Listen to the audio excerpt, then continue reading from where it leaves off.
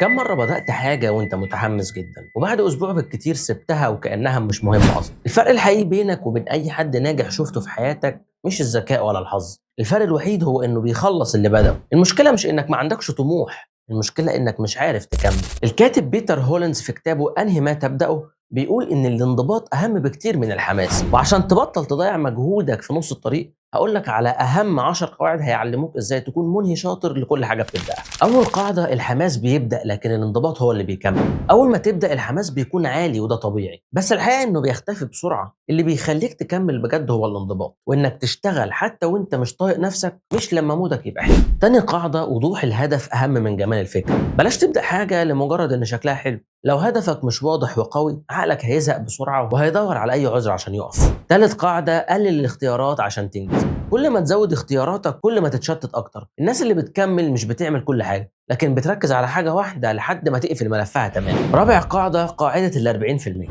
لما عقلك يقول لك انا تعبت ومش قادر الحقيقه انك لسه ما خلصتش غير 40% من طاقتك لكن عقلك بيحاول يحميك من التعب.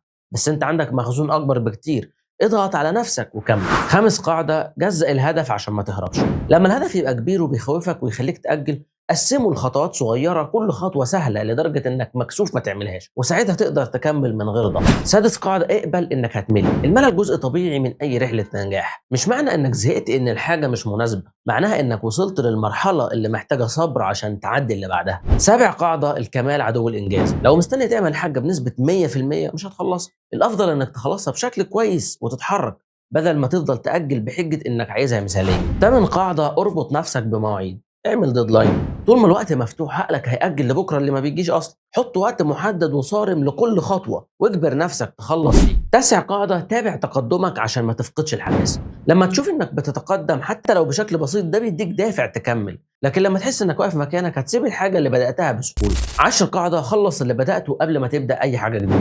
اكبر سبب للفشل هو اننا بنبدأ حاجات كتير مع بعض وما بنخلصهاش. القيمه مش في عدد الحاجات اللي بدأتها، القيمة في عدد الحاجات اللي خلصتها وخرجتها للنور. وفي النهاية العالم مليان ناس بتبدأ بدايات جامدة بس قليلين اللي بيوصلوا للنهاية. والمشكلة مش إنك ما بتلاقيش دافع عشان تكمل، المشكلة إنك سمحت لنفسك تتعود على الانسحاب عند أول مطب. والنجاح الحقيقي إنك تكمل لغاية الآخر. لو الفيديو ده فوقك ما تنساش تعمل لايك وفولو عشان لسه مكملين في سلسلة ال 100 كتاب اللي هيغيروا طريقة حياتك. وقول لي في الكومنتات دلوقتي إيه أكتر حاجة بدأتها ولسه ما خلصتهاش لغاية النهاردة.